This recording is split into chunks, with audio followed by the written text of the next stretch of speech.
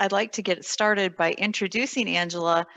She's a museum professional with over 26 years of experience, most of which has been at the University of Alaska's Museum of the North in Fairbanks, Alaska.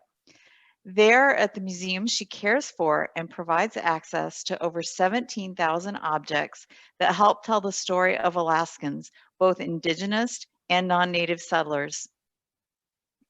Born and raised in Eastern Iowa, Angela was inspired by the museums on the campus of the University of Iowa to study anthropology and museum studies, and then first at Iowa and then at the University of Alaska Fairbanks. She's currently an interdisciplinary PhD candidate housed in the Arctic and Northern Studies program at the University of Alaska Fairbanks. Angela, welcome. We're thrilled to have you here. Thank you. I'm really excited to reconnect with the University of Iowa folks and especially with you because the old Capitol Museum and the Natural History Museum had a big part of my formative years growing up in Iowa. As a native Iowa Citian, I understand that. I thought I would put up a background of the Laysan Island cyclorama just in case you were missing it, and wanted to check in with the albatross. Absolutely. I can just feel myself embraced by the dark wood paneling of that beautiful bird hall. I can promise you it smells exactly the same too. Now, we know that you're a native Iowan. I happen to know that you're from Solon, just up the road, just up Highway 1 from us.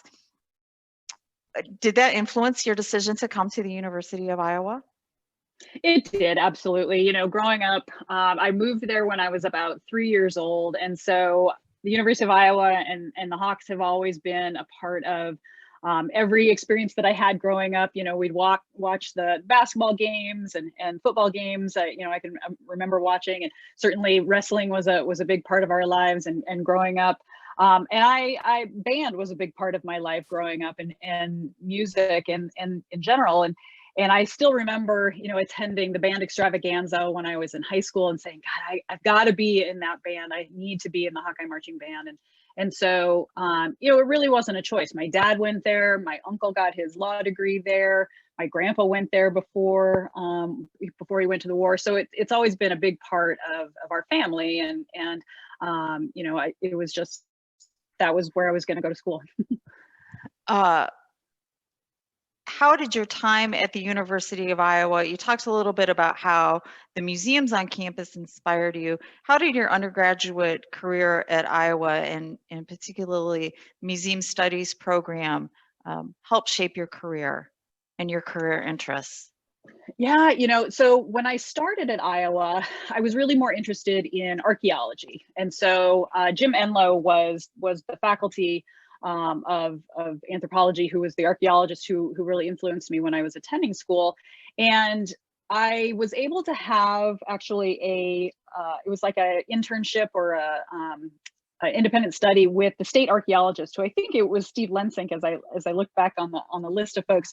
And that really had, you know, being in that lab setting, and, you know, we took classes on cataloging and certainly in the museum studies program, I was taking all those really wonderful basic classes, and, you know, sitting in the lab and being able to sort, you know, fish scales and whatever else I was doing in there, you know, it felt very comfortable to me, and I felt really connected with what I was doing, and certainly, you know, attending events and going to all of those wonderful museums on campus.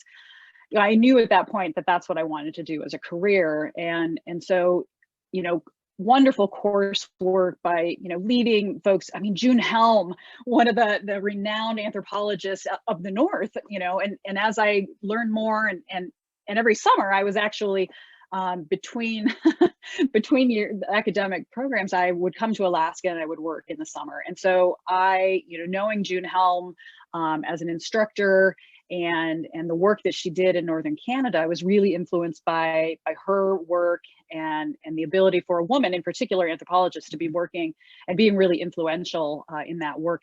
It really created this amazing base for me to build on. And it was disappointing because they had just cut the museum studies undergrad program when I was attending. It was literally like the year I was declaring my major. They turned it into just the master's program at that point. And so instead of being able to minor in or even major in museum studies, I did the anthropology, and then I did a minor in religion. And one of my favorite professors who I took a lot of courses from was Ken Kuntz, and he was really influential. And he had this amazing biblical archaeology course that I took that really combined that anthropology and comparative religion studies. And then I got an area of concentration in museum studies. So, you know, great molding and casting and cataloging with Julia Golden over in the Earth Sciences collection. So all these really amazing supportive people who really propelled and encouraged me to think about museums as a career. And, you know that it's one of those things that you kind of have to know people to get into it, you know, and it's knowing those people helped me get a volunteer position at the Anchorage Museum when I eventually moved to Alaska after I graduated. And then just, you know, from there, you know, I applied for graduate school here at UAF for my master's, because I worked for a couple of years and just playing, you know, as folks do. And I decided that I needed to continue on. And it was really important for me to build on, you know, those lessons that I learned at Iowa and those connections that I had made. And, you know, coincidentally, one of my archaeology faculty here at UAF was a friend of Jim Enlow and knew him from, you know, professional circles. So, you know, it just continued and built on everything. And so it was really wonderful, you know, as a base and something to always come back to. I think that really speaks, your experience as an undergraduate student here really speaks to the interdisciplinary nature of both the museum field. Mm-hmm. It also speaks to the variety of pathways into the museum field. And it also speaks to the rich history that Iowa brings to museums and museum studies. You know, people aren't always aware that, well, for instance, the cyclorama is an example of some of the finest taxidermy of the time, and folks at that point in the museum studies program were really nationally and internationally known. I'm reminiscent to hear you speak of June Helm. For folks who don't know, June was one of the true pioneers, both as a female anthropologist and in the work that she did in the North. And for her to have been on the faculty at the University of Iowa is really speaks to the caliber of our program here. And then the intertwining with religion and the way that went on to shape and inform the work that you do, I think is really special. And the Pentecost Museum, so both the Old Capitol and the Museum of Natural History are deeply involved in the museum studies program, and we take very seriously the preparation of students who are planning to go into the museum field. Can you talk a little bit about how over your career you've seen staffing change? You talked about your volunteer opportunity in Anchorage, and what can we, I guess my question is, what can we as a university and a university program do to help prepare our students right now for a career in museums? And Yeah, how have you seen those careers and the makeup of people going into those careers change? Yeah, great question, because it's really, you know, looking back, you know, it's amazing to me that I've been in the career, you know, in this profession for 2+ decades now. And it, you know, it's an interesting question. You know, I think, and part of my dissertation work is all about how museums are sort of a reflection of the society in which we operate, clearly. And it used to be that museums were sort of, you know, separated, and you had these experts who were, you know, in their ivory towers and not a lot of inclusion of outside opinions, right? Well, at Iowa, I learned early, this was 1990 to 1994 is when I attended school there. And it was really the beginning of this idea of bringing in community opinions, bringing in ideas from outside of your own walls to inform and enrich the work that we do, whether it's just in interpretive work or whether it's even in the curatorial work. And my position, I'm a collections manager. So what I do in the museum field is I take care of the physical objects. I take care of those 17,000 objects in my collection. That's within an institution that where we have 2.5 million objects and specimens in 11 different collections. And so I'm dealing with caring for those physical items. And there's a whole history, that you learn about in museum studies programs. And you learn, some of these programs take a more vocational approach, and some, bring in a lot of theoretical. And the University of Iowa program, I always felt was a really good balance of those two. I learned some very good practical skills that I could use immediately when I went into volunteering at the Anchorage Museum in 1994.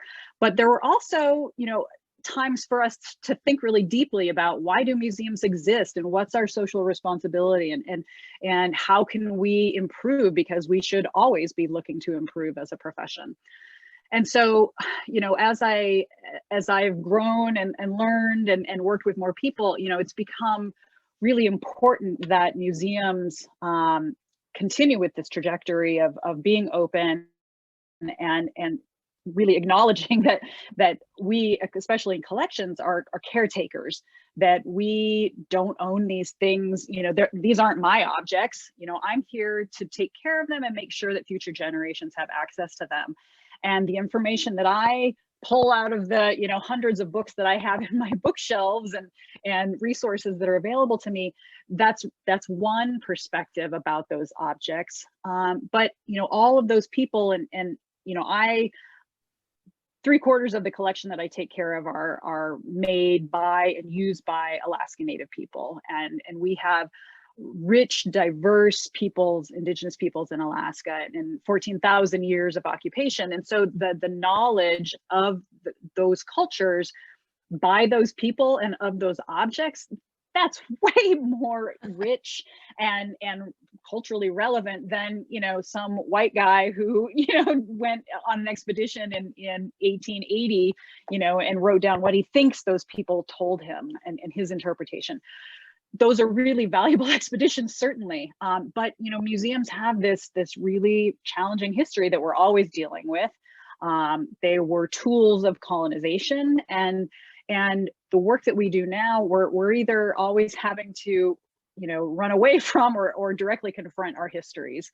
And so bringing in these diverse voices, bringing in community members to collaborate with us, this is the way we do things now. This is the way, and we can't do it any other way now. And so that's the work that I do here and that I see my colleagues doing around, Alaska, especially, and in the lower 48.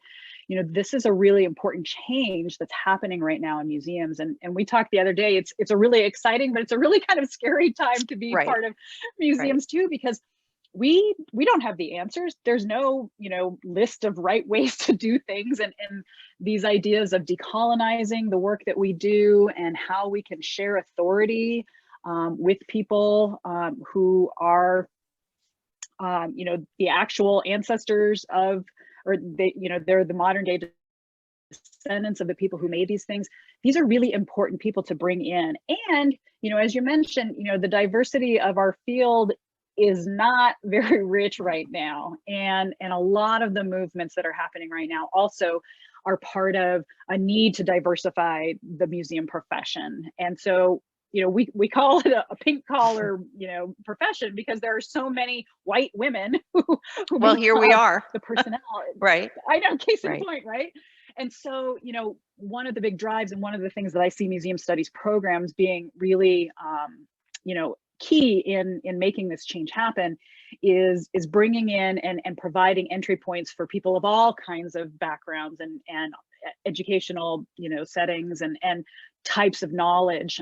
This is, I think museums are one of the great places where we can really validate knowledge of all kinds and show that it's really, there's no right way to think about and look at objects and to talk about them. We need to diversify and we need to get people in here who whose objects we care for. I would love to see the person who takes over after I leave be, Alaska Native descent who, was raised with traditional knowledge and can use that to really open up the collections in even bigger ways than what we have done, over the last 25 years that I've been here. So I think I would agree to see that combination of both cultural and technical understanding and expertise is important. I think for our students, I think it's a very exciting time to be thinking about the field and entering the field and bringing this fresh set of eyes to museums and museum careers. That's really great. Well, yeah, you talked a little bit about your career. Can you tell us what drives you? What gets you out of bed and into the collections every morning? Well, it's the pandemic. You probably don't go in every morning, but when you do go in, what is it that's there that really motivates you to keep coming back for more? Yeah, I think more than any other career that I've ever experienced, museums really matter. And, a lot of people feel like museums are sort of the icing on the cake. They're these kind of things that you do, when you're on vacation, and they don't think maybe about how essential museums are to society. But I feel really, I think anybody who works in a museum feels like we do something that's really valuable. We are trying to care for items for generations. When we bring things into the museum, you're vowing to take care of them in perpetuity. It's not about me becoming known for taking care of bus 142. It's about the fact that bus 142 is about to be cared for in perpetuity. That and the work that we do and the knowledge that we have gained over years of doing this work and bringing communities together, that's really important. And we can talk about controversial topics. We can provide, we're changing from saying that we have a safe space. We can provide a brave space for people to come in and ask challenging questions and to admit that we don't know the answers, and that we're sharing stories of people of our communities. I think that's another really exciting thing that museums are doing now is they're really focusing on those underserved communities, those groups of people whose stories haven't been told over time, and yeah, it's okay to talk about, those dominant society things. We've done that. Now it's time to think about and make sure that we're taking care of and telling the stories of all of those peoples, our diverse communities. It's not just those people who are in power. It's all of those people who represent our communities and make up, why we love to live wherever we live, and collecting those iconic things that help us remember why we love where we live, and to act as those touch points, those keystones that we can always come back to and remember, why it was important to be in that place when that significant thing happened. So that's what really pushes me. It's different every day, and you never know when you're going to get a phone call that you're going to get a bus that's flown in from the Stampede Trail. It's just really exciting, and the people that you meet, these people who collected these things, they tell their stories, and then when the people come in and working in an academic institution, it's exciting too, because we provide an entry point again to the profession, but we also are sharing these things with students who maybe have never been to a museum before, depending on where they come from. And a university museum is a great entry point to teach the role of a museum and how you can act in a museum and how you can use collections for research and how physical things can supplement your education in really any discipline. And I think that's a really, again, a really exciting direction, especially for academic museums. We also like to talk about how many times we're a lot of kids' first campus visit. You know, we're there before they even think about college. We're a campus visit. So, you know, I'm lucky enough I get to hear folks walk into McBride Hall, and our alumni that are out there will know that sense when you walk into McBride Hall. It is an imposing building, but when kids leave here after their tour, they can imagine themselves on a university campus in a university building because they've already been in one. So I do think there is that power of the museum that encourages people to really imagine and also to use the museum as a way to make sense of the world around them. Absolutely. Museums are the great synthesizer of information, you know, for sure. Right. We talked about that a little bit before too. I know on our campus, students of one of the concerns that ranks at the top of student surveys is environmental conservation, sustainability, and all the things that go along with that. Can you talk a little bit about how the Museum of the North examines talk about fragile environments. The Arctic and all of its environs are constantly under pressure. Can you talk a little bit about how your museum handles that, how you integrate that into exhibits, and how that might be different than certainly the climate is different than we have in Iowa. How is the way that you do that maybe different? Yeah, well, that's another, you know, amazing thing about working at a large interdisciplinary museum in the North. So clearly, you know, climate change is a huge topic for us.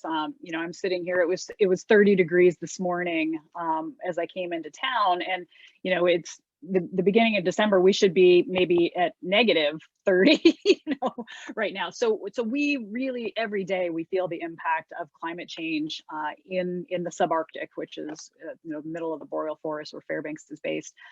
The work that we do at the museum, many of our curators who are faculty members in a range of departments at the University of Alaska Fairbanks, you know, they're doing work that helps to track biodiversity and how those populations are changing, potentially their range changes as a result of climate change. We have folks who are looking at the flora, you know, and how tree lines are moving, how different kinds of plants are taking up into areas where historically they've never done before. So museums are these great deep archives of the plant and the animal life, as well as, you know, the things that we often think about, you know, with cultural materials, and certainly those questions can come into and be used. We can use the cultural collections to answer some of those questions too when we're thinking about resource uses and the seasonality of animals and the hunting that people when they go out and hunt certain animals, when they collect berries. You know, these are all kinds of questions that our biologists and our anthropologists and you know, these folks are going out and working with those people, and that knowledge that is shared and those investigations that are done and the collections being used as the basis of that, you know, that's really important information that then gets published, and we can integrate that into our exhibition spaces, which then, you know, we have an annual visitation pre-COVID, you know, around 90,000 people. So, you know, we see a lot of people every year, and about 3/4 of those are folks from outside of Alaska. So those are international and travelers from the lower 48. And so these are, you know, we talked about synthesizing, you know, this is a great way for us to be able to take that really important science that's being done by top line scientists and in collaboration with folks in those communities where they live, and they're seeing this, you know, very clearly every day. And we can take that information and we can share it with these visitors, and they can understand it, and they can say, oh, that's why it's important for me to do X, Y, and Z. You know, that these are things that impact people's every day. You know, we talk about coastal erosion. We talk about the changing ice pack coverage, you know, in the northern seas. You know, these are things that impact people who live in those areas directly every day. You know, whether they can't get out on the land because the rivers aren't freezing, and so they can't access their traditional hunting areas. They can't, you know, the flow of the fish are coming at different times. So these are all questions that you know, are all part of these big questions of climate change. We've hinted a little bit already in our conversations about Bus 142. And so for our viewers who may not know the whole fascinating story, well, it's still unfolding, I guess, of Bus 142. In September of this year, the University of Alaska Museum of the North became the official repository for Bus 142. That's a bus that was made infamous by a book and subsequent movie, the same title, Into the Wild. And for a number of reasons, people have been making pilgrimages to the bus. It's become dangerous both for the pilgrims and the folks that are often called in to rescue them. So the bus was removed. I'm sure, Angela, you can tell us a little bit more about that. You have been charged with creating an interpretive exhibit around the bus. This maybe this is a good time to put up a picture of the bus. I think we have that available. While that picture's coming up, can you talk already about your experience working with it in just these few short months, and what has really come to strike you about the bus as you work with it? Yeah, this is, you know, it's a pretty amazing story. You know, this bus, it came to Alaska sometime prior to 1961. It put in service by the Fairbanks city transit system, and used as a public transportation vehicle. And in 1961, it was purchased from the city of Fairbanks by the Utah construction company to be used to house a family of the foreman of this work that was being done on the Stampede Trail. And this was an access road to a gold mine. And, you know, a lot of Alaska is not accessible by road. And, you know, we don't have a big industry in Alaska, but we have a lot of natural resources that are extracted. And gold, of course, is one of those most famous natural resources that are extracted. And so roads have to be put in so that you can get to the gold and get the gold out. And so the Stampede Trail was being improved in the 60s. And so the guy who was heading this up, one of the guys on the line, he brought his family up. They had homesteaded in Fairbanks, and they had sold the homestead. And so the family was going to come up for the summer. And so they actually lived in this bus along with another one. And then there was a third bus that was taken out there, you know, for this temporary housing. Well, this bus broke its axle. And so they didn't bother to drag it out of the bush. They just left it there. And so since, you know, about 1961, it's been sitting out on the Stampede Trail next to the Shoshana River, about 28 miles in from where the Stampede Trail starts. So it served as a temporary shelter for hunters and hikers of the backcountry. And they had gutted it, and there's a barrel wood stove in there, and some other, you know, a bed frame, that kind of thing. So fast forward to 1992, Chris McCandless had made his way to Alaska. He had hitchhiked, and this is all told in the book Into the Wild and the subsequent film.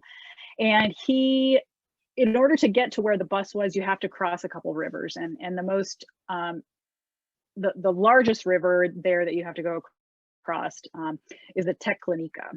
And rivers in Alaska, these are glacial fed rivers, and their volume changes dramatically seasonally. And so when McCandless went in April of '92, the river was down pretty low and he was able to cross it. When he was trying to come out about a month and a half later, I think, about the beginning of August, I think is when he attempted to come out. It had been full, you know, August is our rainy season, and it had been raining and there had been water flowing out of the mountains for months by that point, and it was huge and it was impassable. And so he turned around and went back, and due to a number of other circumstances, he was not able to make it out, and he did end up passing in the bus of starvation. And after his remains were removed, and the book was written and the film was made, you know, people, as you said, people who were inspired by his story, his desire to find himself and find happiness away from modern society and all the trappings of wealth and comfort. He wanted to live off the land. That was his goal. And so a lot of people have gone out there along the trail, and as you said, it's become dangerous. And so the Alaska Department of Natural Resources removed it, and then tried to decide what they were going to do with it once they flew it out, because, as you said, you know, people were getting into trouble. People were not prepared necessarily for the hike and for dealing with these river crossings.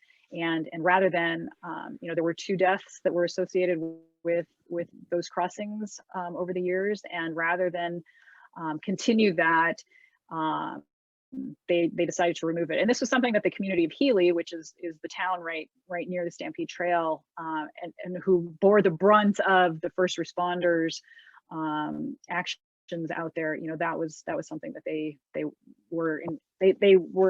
wanted to do that as well.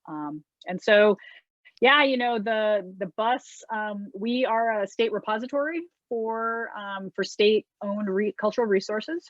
And so we proposed to first to the Office of History and Archaeology that they consider us as a repository for the bus, because we felt that it was an important story that needed to be told in an Alaska museum. We felt that it was important to preserve this physical item.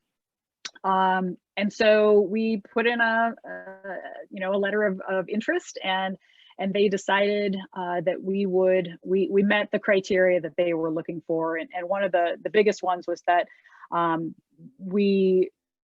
nobody make money off of, you know, this tragic story, essentially. And so one of the things that we said that we wanted to do was to put together an exhibition outside that would be free to the public, so that people could safely visit the bus and pay their respects and connect with that story in whatever way they felt they needed to, but that it would be safely on the campus of the University of Alaska Fairbanks, rather than having to make that hike, or, you know, to take a helicopter out to the site. That is quite a story. I will be watching from the edge of my seat. I can't imagine putting together an interpretive exhibit for this, and I can't wait to see what it's going to look like. I think it's just come up in our chat, and I'd like to encourage our viewers, if you have questions for Angela, please go ahead and add those to the Q&A, and we'll ask them as they come up as we continue our conversations here.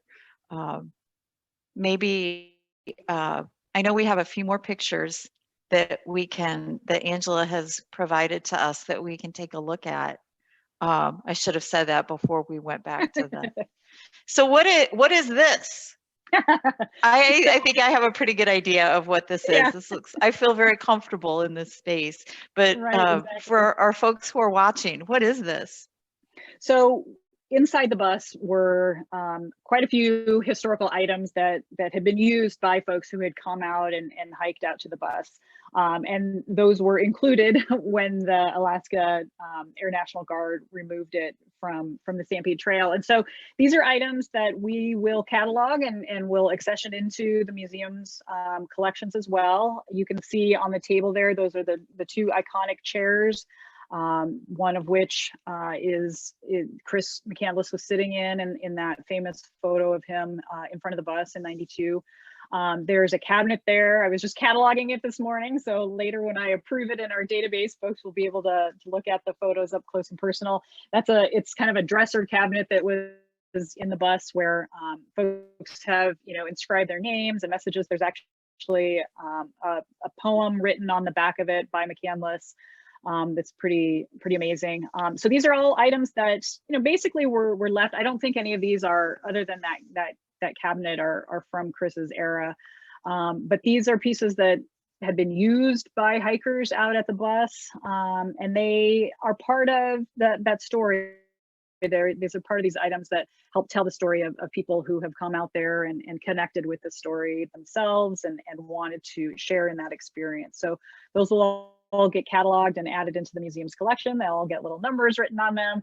And a number of these we hope to actually put a separate exhibit inside our building. And so these would be items that would be too fragile to be outside in an exhibition. And so these could be candidates for that. And then of course, they're part of our research collection. So folks who are interested in hiking, you know, we have like people, this is the classic kind of thing where people are like, oh, I got stuff like that in my, you know, my shed. Why are you putting this into a museum? You know, and this is the classic thing that we often deal with in history collections. And you know this well, that, you know, we have to collect now because this stuff is going to look as foreign to generations, you know, 2 or 3 generations forward. You know, these hiking boots and these snow boots and these camping pads are going to look so foreign, you know, and antiquated to these future generations. It's a lot easier for us to collect these things now when we can look up the manufacturing information on the web. We can find the catalogs. We can, you know, see, oh, this was from Eddie Bauer in, you know, 2002 and sold for $50, than for, you know, some person, you know, 50 years from now to try and collect that same information. So it's a real challenge for history collections to think about what is going to be important, you know, to document for future generations. We have, oh gosh, we have a lot of questions and a lot of good ones. The first one, I really appreciate the bus that the participant asked. The bus is a symbol of the adventurers who have come to Alaska to explore the wild. Are there any other noteworthy items in your museum collection that also represent these adventurers? And I think we got a sneak peek at an exhibit that may address that. Yeah, there we go. Yeah, so certainly. So this is our gold case in the interior gallery of the museum, our Gallery of Alaska.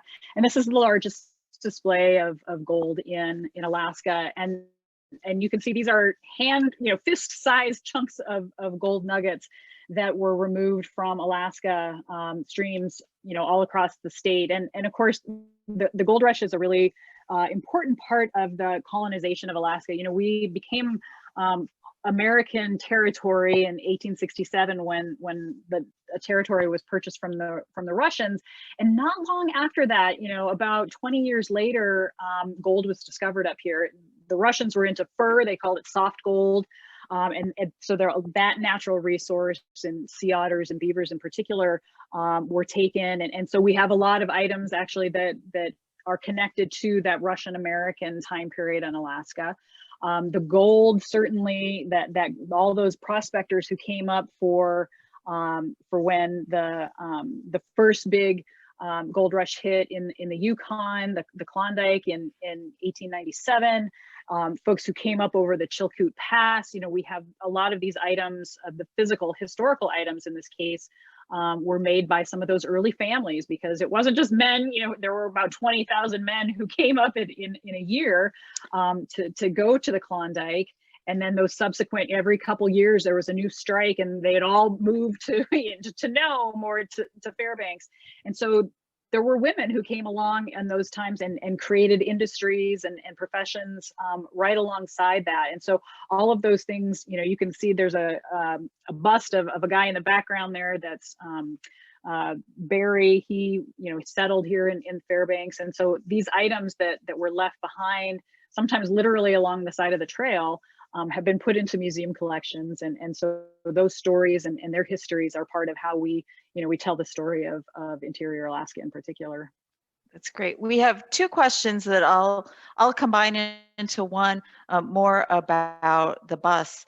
And it's asking about folks who are maybe going to be involved or could be involved, and that's the McCandless family themselves, and then any of the people involved in the book or the movie. Are they going to be involved, or are they aware of this conservation that's going on? Yeah, absolutely. So Corinne McCandless, who was Chris's sister, she was notified, I think it was the day after they pulled the bus out, the DNR, they let her know that the bus was coming out and that there were plans for its final resting place. And so when the museum was named as the repository, we reached out. We were allowed to then, get the contact information of Corinne. And so our director and I talked with Corinne and Eric Halfaker, who is born and raised in Alaska. He did a lot of hiking along the Stampede Trail and has established this long-time friendship with Corinne and actually runs the Friends of Bus 142 website, which is a support organization to help care for, to fundraise for the long-term care of the bus. So we've been working with them very closely. Just over the last couple of weeks, we've been putting together our interpretive team because this is one of those cases where we want to bring in a lot of different perspectives. This is a polarizing topic, right? Alaskans in particular have sometimes a really contentious view of this story and the notoriety that it's brought to Alaska because of a young man who died. And a lot of people feel that there are dozens of young men who have died in Alaska and young women whose stories never get told. And it's through this book this film that this particular story was made really famous. And so our goal with the interpretive process is to use what's called a community-centered approach or community curation approach and combine that with what we refer to, here's a little museum jargon for you, a multivocal exhibition process. So we want to not only have the community be able to tell their story, we also want to have multi-layered perspectives. We want to be able to have, 3 or 4 people talk about their personal perspective as a representative of, a group of people who happen to have that perspective, and to show those multiple perspectives on the same level, not prioritizing, not privileging one person's, opinion over another. And so we have this multi-vocality that allows people to connect and see their perspective represented by one of these things. So right now I've got about 15 people confirmed for participation on that interpretive team. I've got a number of others that we're reaching out to. We've got faculty here at UAF and at UAS from programs like history and Northern Arctic and Northern Studies, outdoor wilderness studies, of course our biologists and our anthropologists, as well as folks who represent the hiking communities, this Into the Wild community, which is a really important one to represent. So we're trying to think about what are those perspectives, and from that group, they will tell us what the most important themes are to represent. And so that's part of that whole process of using community curation, is that we at the museum don't say, we think it's going to be this, and then you give us information that supports that. We want the community to tell us what are the most important themes to represent within this exhibition. That sounds like a really exciting project. And I know that I'll be following it. The Pentecrest Museums will be following it. And we look forward to sharing updates on that and hearing from you more in the future about that. I don't envy you, though. It's going to be challenging. It's going to be challenging, but boy, when it's done, that's going to be a really special exhibit. I hope so. Yeah. And so we have one last question. A couple years. A few years. Yeah, we'll give you a few years. We have one last question here that Oh my gosh, it really strikes at my heart, because we just, in September, we haven't talked a lot about it publicly yet. In September, we had a broken water pipe in an anthropology classroom above our collections area, and 20,000 gallons of water flooded into our collections area. So this next question really hits close to home, but our viewer asked, if an unprecedented disaster was imminent and about to hit your museum, what are the top 3 items you would preserve? So there you go. God. That's yeah, right.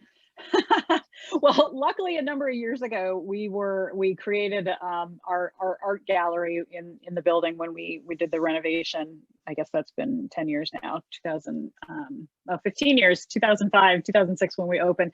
And so we were able to, at that time, pick some of the pieces that we felt were really the most, the ones that connected to us, you know, the most. And so, you know, for me, there are things that really connect to me as a woman living in Alaska, things that represent generational pride and passing down traditions. And so there's this beautiful beaded collar that is in our Roseberry, Alaska art gallery that is a piece that has always, I still remember the day that I opened up, you know, the Lane case and pulled the drawer open and saw it for the first time. It just, you know, 25 years ago or whatever it was, when I first saw it, I was just, you know, so that piece I would certainly have on my list. You know, it's hard, you know, it's like a mother trying to pick, you know, right. her favorite child. You know, I've got 17,000 pieces that every single one of them is ultimately worth saving, you know, and they matter, right? They absolutely do. And, you know, we all have to prioritize, right? You know, and so, you know, there are, you know, that one is the number one piece that always comes to mind. There, you know, I did my master's project on dolls and human figurines, and there are a couple of dolls that are really important. They elicit a lot of emotion every time I share them with community members from those villages where they come in. So there's a couple of those pieces that I would have to, you know, probably put on my top list as well. And again, that's part of, you know, the women's story and the generational stories of women. And yeah, I don't even know, there's some really amazing carvings from the Yupik area, the cultural group in Western Alaska. Some really important pieces, the Nunivak Island carvings that are spectacular, and were only made for about 10 years. Of these undulating animals along a full walrus tusk that are really beautiful and culturally significant. So those might be you know, a few pieces that I would definitely grab. The ones you would grab on the way out of most of the things I would pick are too big to grab. You know, well, that's what I was saying. I can fit all those in my backpack on my way out, so that makes a big difference. You know, the really important things, the umiaks, the you know, dog sleds, these things that are iconic Alaskans. They can't even come out of the building now. I mean, we built the building around them. So. Yeah, and as is the cyclorama. You know, it's never leaving the building. Yeah, exactly. So, well, Angela, I'd like to thank you. This has really been delightful for me. I know our audience has enjoyed it as well, but getting this glimpse into the very special world that you get to inhabit, and hearing all of your stories and recollections about Iowa, it's really nice to make those connections. So thank you so much for your time and for being with us today. And